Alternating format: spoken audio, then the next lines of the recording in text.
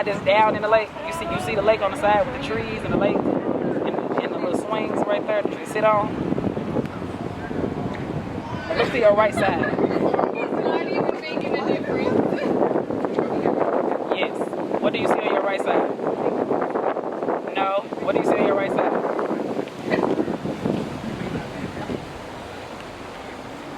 Some soccer people? Nah. You might have to go down there. He said he sees some people sitting up for tennis. Keep straight. Then so on your right hand side, you see somebody sitting up for tennis. Oh my God. Wait a minute.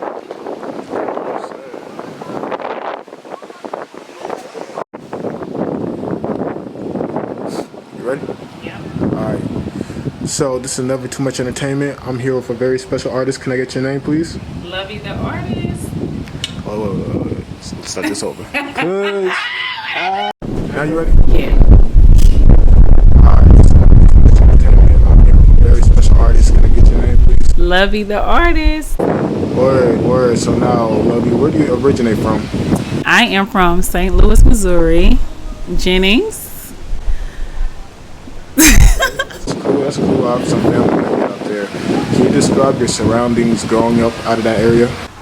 Yes, so I grew up in a town called Jennings. It's in St. Louis. It's St. Louis County. I went to school there my whole life, since kindergarten through 12th grade. I love Jennings so much. That's where my family at. That's where I learned how to be bad. That's where I learned how to be good. That's how I learned how to be a kid and have an imagination. I had so many friends. We always was outside to the morning, to the sundown. So, like, I love Jennings so much. That's always going to be a part of my story. Right. Now then, what type of person would people describe you as in high school? In high school, I was a person who just did not care about what I said. You know, I was very playful. I was kind of a comedian.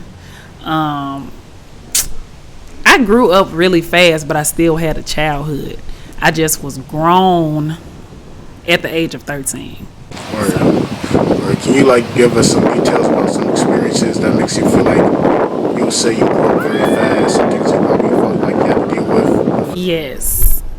I moved in with my boyfriend at the age of 13. We lived together by ourselves at the age of 13. We went to school every day on time, still made good grades, was good students. We had jobs. We had money. We used to buy the cafeteria, like our table. We used to buy pizza because we had money for real. And he had a car. Like I said, I just went with my boyfriend. And like a year later, we was at 13 years old living together, like grown-ups. Now, how did that come about? It's just I was a very rebellious child. I wasn't a bad child. I don't want to say like rebellious, but I just grew up kind of hard. Like my mom, she was on drugs, you know. My dad, he was a pimp. So you already know how that go. But I mean, I'm so glad I got both of their DNAs because I am a full-time hustler. A soft life, but I'm still a soft, sweet, beautiful young goddess. I'm just a hustler. Pretty hustler, you know. So that's always going to be my mindset. I'm always going to be able to make it. All right. That's cool. Can you give me some of your inspirations you had growing up? Like some people you kind of looked up to, maybe listened to, just, idols. Yes, so number one, I'm going to say my grandmother, because she took in all my mom's kids, 7 kids. You know, I got 7 sisters and brothers. She had us since I was 10. You know, we got taken away from my mom when I was 10. We was going to live with my grandmother full time, but that was the best decision that was ever made in my life. Like, I'm so happy I'm with my grandmother because she taught me morals, principles, how to always see the good in people, and just keep on going all the way to the end till you can't take no more. So, and she taught me how to be a girly girl. She used to make us wear dresses and stockings and stuff going to church. I did not used to like wearing dresses. I used to try to burn them or like hide them in the basement somewhere.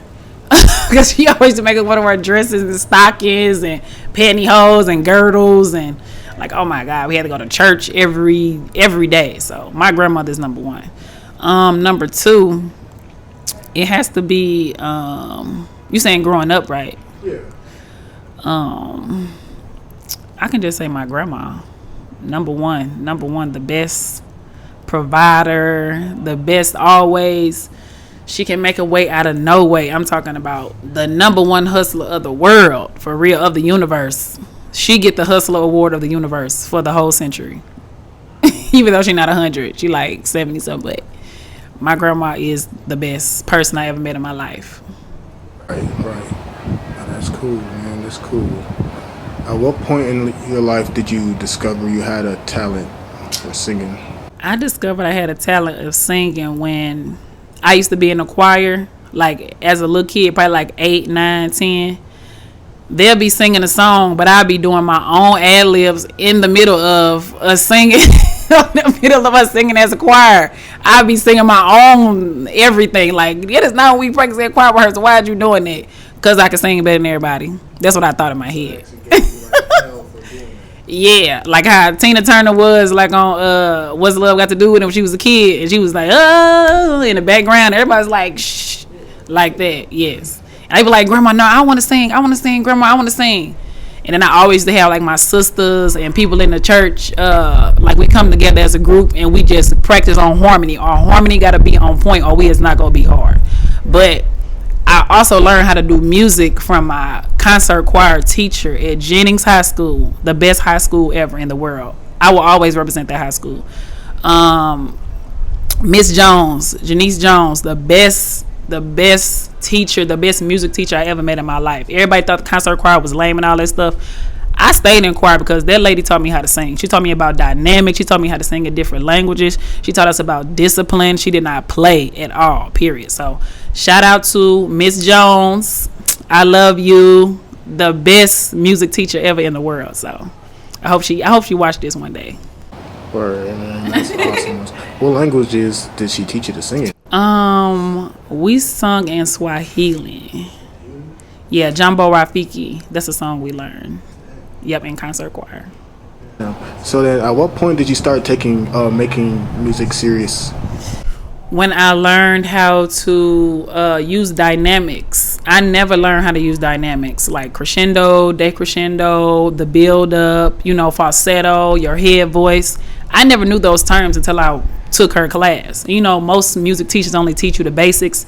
She took us to the highest level because she was in concert choir when she was at Clark Atlanta University. So I guess her music teacher taught her how to be like that, because she taught us like we was straight college, the best music choir ever. She turned us into a choir. Like on Fighting Temptations, when that man came in and they started singing all good and stuff, and then Beyonce came, the choir was phenomenal. That's what happened when Miss Jones came. Right. Yes. That's cool. Do you remember the first song you made that you got really excited about, that you really wanted to drop? That I wanted to drop? Or are you talking about when I first ever came out with a song that I made? The first song you made that you took seriously, that you felt like it was worthy of it, you know what I mean? Yes. When I was in St. Louis, I was more of a trap rapper. I was not the feminine, soft Lovie the artist that I am right now. I was Lovie B, the rapper. Like, I didn't even know I could rap, you know what I'm saying, until my homeboy, my cousin, my friend, Tino. Everybody know Tino, TB Visions. Follow him on Instagram. He was the one that pumped me up to be a music artist. He's like, dang, cuz, you hard. You gonna have to come to the studio. He also did like all my tattoos. This is one of my favorite tattoos he did for me. It's like a little girl underneath the tree, and that's me underneath the tree just looking. That's my life. That's another conversation. But Tino, he amped me up. He made me do my first mixtape, and after that I just started taking music super serious. And that was when Purple Rain came out. Future Purple Rain, that Wicked song on there, I remixed it and had a video shoot, and I put that mug on Facebook one day, And everybody was like, dang, where did all this come from? Like, everybody was like, what? My cousin, my sister, like, she know how to rap. I put that video out. Everybody was going crazy, for real. And after that, I just start opening up, start having shows, start having like an entourage, start opening up for like Cash Dow, Cardi B, Young M.A., Rick Ross. There's so many people I can't even name right now. Jaquise, a lot of people. But yeah, the song was called "If I Want It, I'm gonna go and get it," and I got a video to it too. Yeah. No, that's hard. It's hard. Bro. So, what was it like when you had got those opportunities? What was some of the thoughts going through your head? You heard you're gonna open up for your first big artist. Man, the feeling is just like you just think you the shit after that. Like, you got all these people sitting in your living room waiting on you because you had to. Like, I sold tickets so I can have a huge entourage. You know what I'm saying? So I sold tickets to like my friends, people I met on Facebook, people I met on Instagram, and I just come to my house. Come on, all my supporters. You know, we never knew how it was gonna go. I had free makeup artists, free hairstylists. I had just met my manager from sneaking backstage of a Young Dolph concert. So, that's a whole nother story. But yeah, so they were just sitting in my living room. A dude was in there with a guitar. We was singing choir, like gospel songs. Like, everybody was singing harmony. And then I just walked out with my glittery outfit on. I'm like, oh my God, I cannot believe I'm finna go open up for Rick Ross. Or I can't believe, and it happened like that every time. I can't believe I'm finna go open up for Jaquise. Or I can't believe I'm finna go up here and open up for Cardi B or Cash Dow or anybody. It just made me feel like I straight can be a superstar. Like, I'm gonna be a superstar. That shit was crazy. Now, do you ever look back at the evolution of your career and wonder how you got to where you are now? The evolution of, do I look at it and try to what? No, I'm saying, do you ever look at the evolution of your career from once you started to like where you are now? And you know, you just reflect. Yeah, reflect. How does that feel to you? It feels like I never not knew that I was gonna make it. I always knew that I was gonna make it, but I was the only person that was holding myself back. I was the only person. I always have distractions or something. My kids, or I don't have the support. I didn't have the money, but I always kept going no matter what. I don't care if I didn't have no money. I don't care if I had no babysitter. I always made a way. And I always had people in my corner, period. I always had people. And it's like, God be sending these people in my life. It's like, dang, why did he send this person? Why did he send this person? It's nothing but to make me elevate. Because life is about evolution, period. If you're not elevating, what are you doing? That's 100% true. That's 100% true. Now, how often do you record your music, you feel like?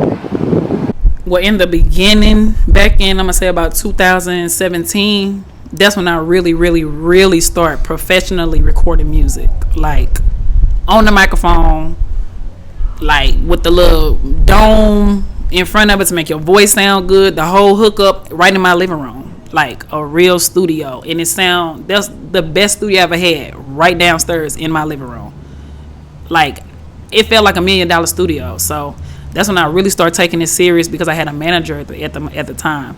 So he made sure that I recorded, make sure he tell me when I sound messed up, when I need to do it over again. I'm doing too much. You take some out. So when I started doing that and I started hearing myself how I was sounding, I was like, dang, I straight can sing. Oh my God, this shit sound good as hell. Like, I can straight do this. This is a professional sound. Yes. So I made my first song, Baby, Baby, Baby, but I ain't coming out with it right now. I'm doing my soft, cute, feminine, coming out with my cute stuff for the ladies and for the men to feel loved and wanted. You know what I'm saying? That's what my music is about. So My Body's Calling, that's my single. It will be dropping very, very soon. All my music want to be dropping real soon. So yes, I was just excited when I go downstairs and just see the studio in my living room. I'm like, I could have took more advantage of it when I had it, but I didn't. So if I ever get that opportunity again to have a studio downstairs in my living room, I'm never going to get off the studio. I'm going to stay in there all day and all night if I can. What type of vibe do you require, say, when you go to a studio in an actual place, or, you know, even at your own house or anywhere where you want to record? What type of vibes do you need? Do you feel like puts you in the mode? What type of vibes I would like when I come in? I really would just like it to be like everybody just doing their job, just worrying about their job. Like the producer doing their job, my photographer doing their job, my manager doing his job, and everybody just in their respectable places. I don't want nobody coming over here and they part. When it's like that, everything goes so perfect because everything organized. So I just like when everybody just doing their job. But the vibe, that's probably not a vibe, but the vibe just gotta be like. No, that's still a vibe. That's still a vibe. Like, you know what I mean? People kind of, I talked to artists before where they would say like, yeah, folks come to the studio, they just come in there, smoke, crowd the place, you know what I mean? Eat chips, talk. I really just like everybody like, dang, we finna get ready to do this. We finna vibe out. She finna make, I don't know what type of music she finna make, but she cute.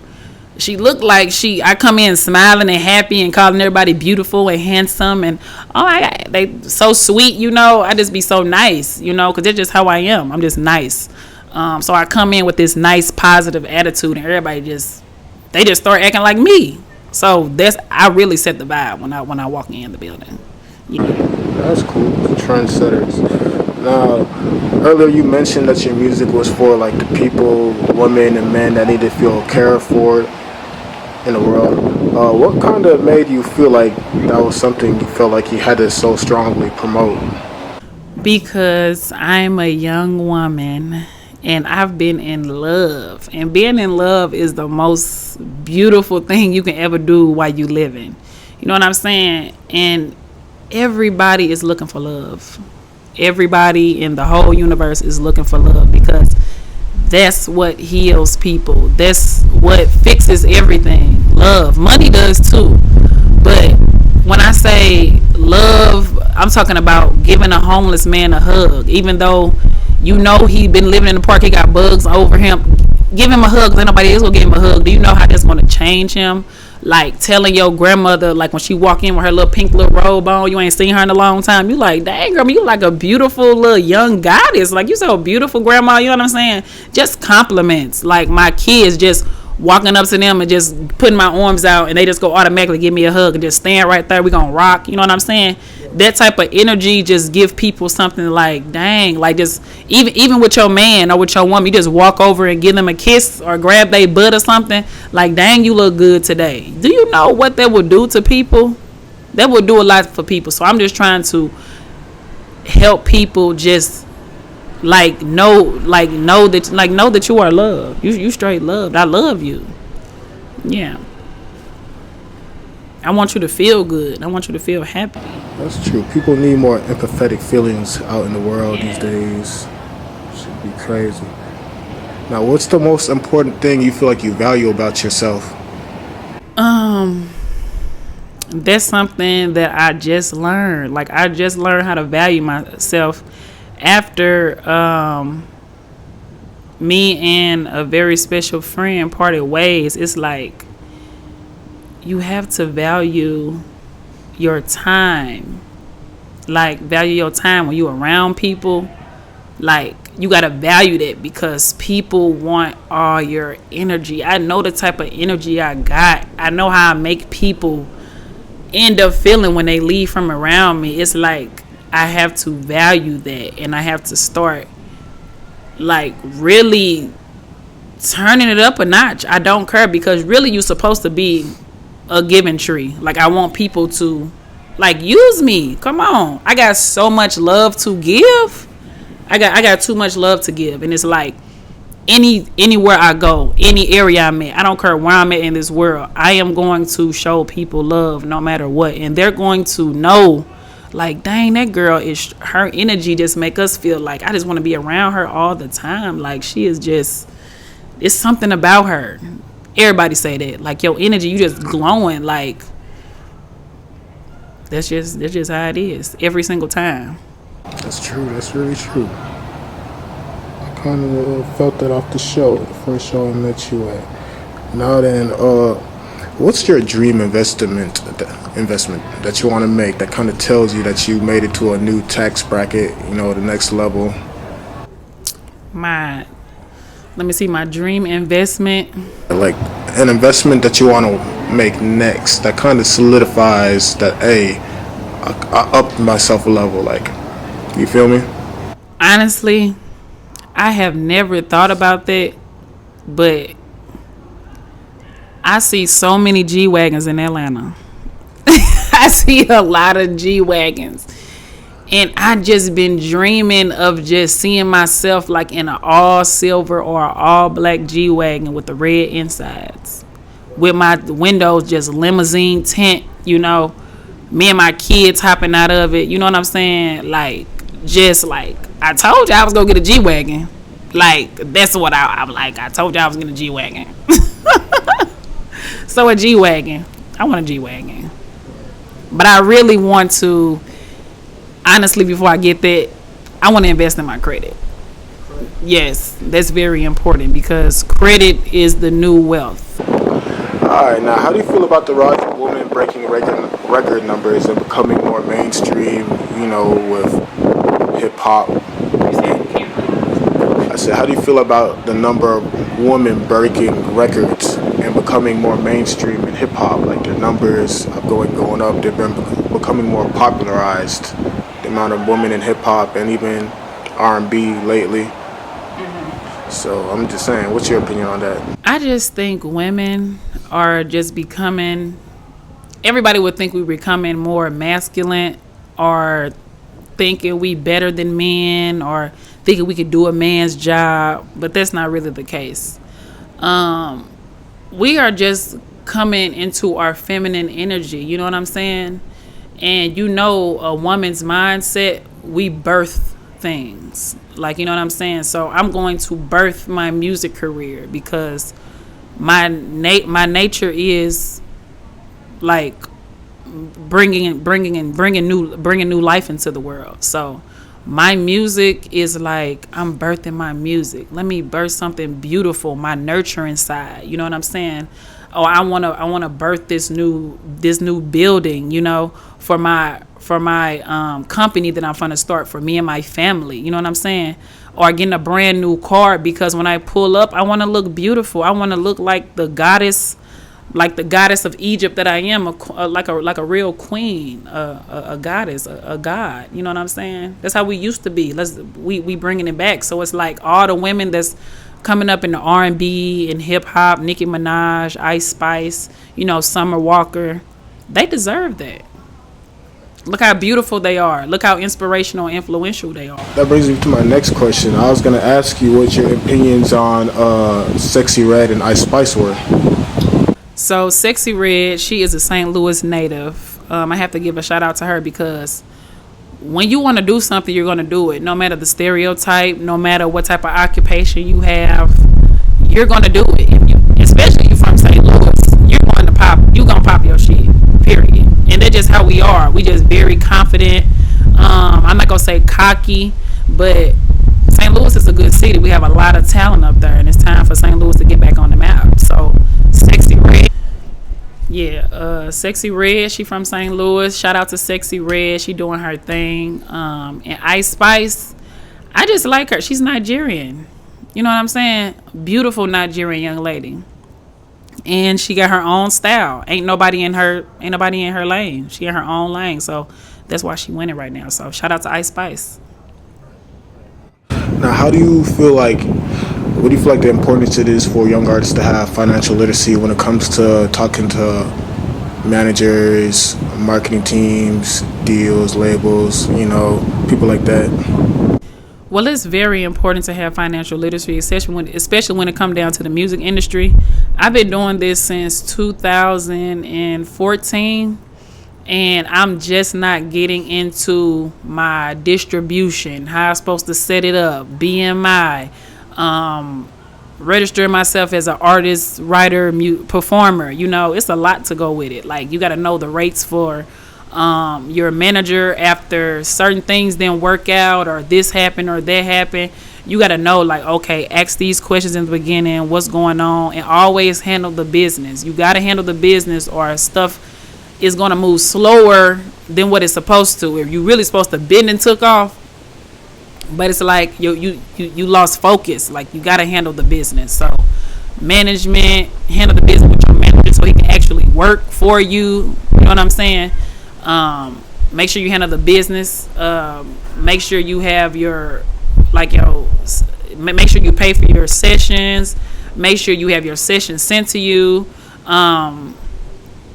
All the way down to like marketing. If somebody is sharing your stuff on their page, or you have to really talk to these folks. You have to get paperwork. You got to see how many times they go put it on their page.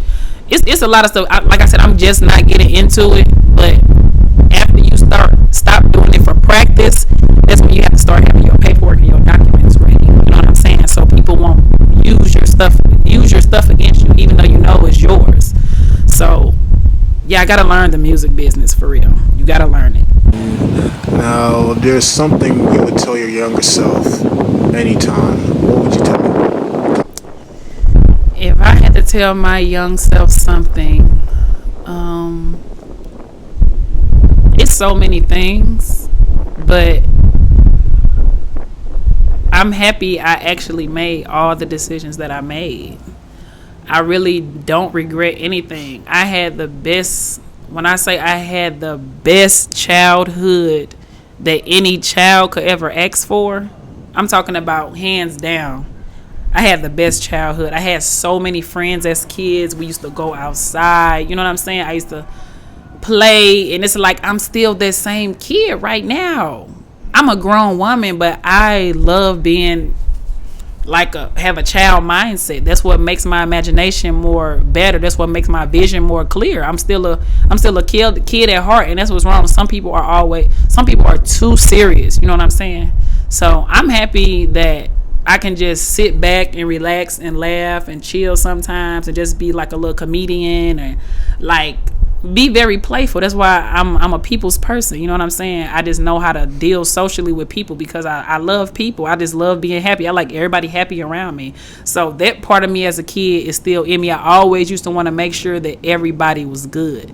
But one thing I can say, I never used to make sure I was good. Everybody, I can motivate everybody and give everybody my energy and tell them, yeah, you gonna do it. You gonna be the best and all that stuff. But when I go home and look at myself, you know what I'm saying? All my friends feel like they're better than me, and I know that I'm the one that made them feel like they bossed up like that. You know what I'm saying? My ideas, it's just like I'm carrying everybody on my back, but I don't want to be the person in the front. You know what I'm saying? I just let people think what they want to think. But to be honest, I need to say something for real. Like when I was a kid, I just wish I would have. I wish I wouldn't have been as, let me see. Honestly, nothing. For real, I was good as a kid. I can't think of none that I want to change. I really do. Even the stuff I just said, I don't think it's nothing I would want to change as being a kid. I had so much fun as a kid. For real, I did. Part of living and learning. Yeah. Yeah. Now then, can you give me something you would like to share with the youth, all the creators out there, something you feel like they need to hear? Something that I would like to share with the youth, something that I would like to share with the youth that I think they need to hear is you have to start eating healthy. Y'all gotta stop the ramen noodles. Y'all gotta stop the McDonald's, the chicken nuggets. Y'all gotta start meditating. And that's even if you have 5 minutes to yourself and just think about nothing, breathe, and think about your goals. Give your body a chance to just relax at least 5 to 10 minutes a day when you first wake up in the morning. So you guys can follow me on Instagram at Lovie the Artist _.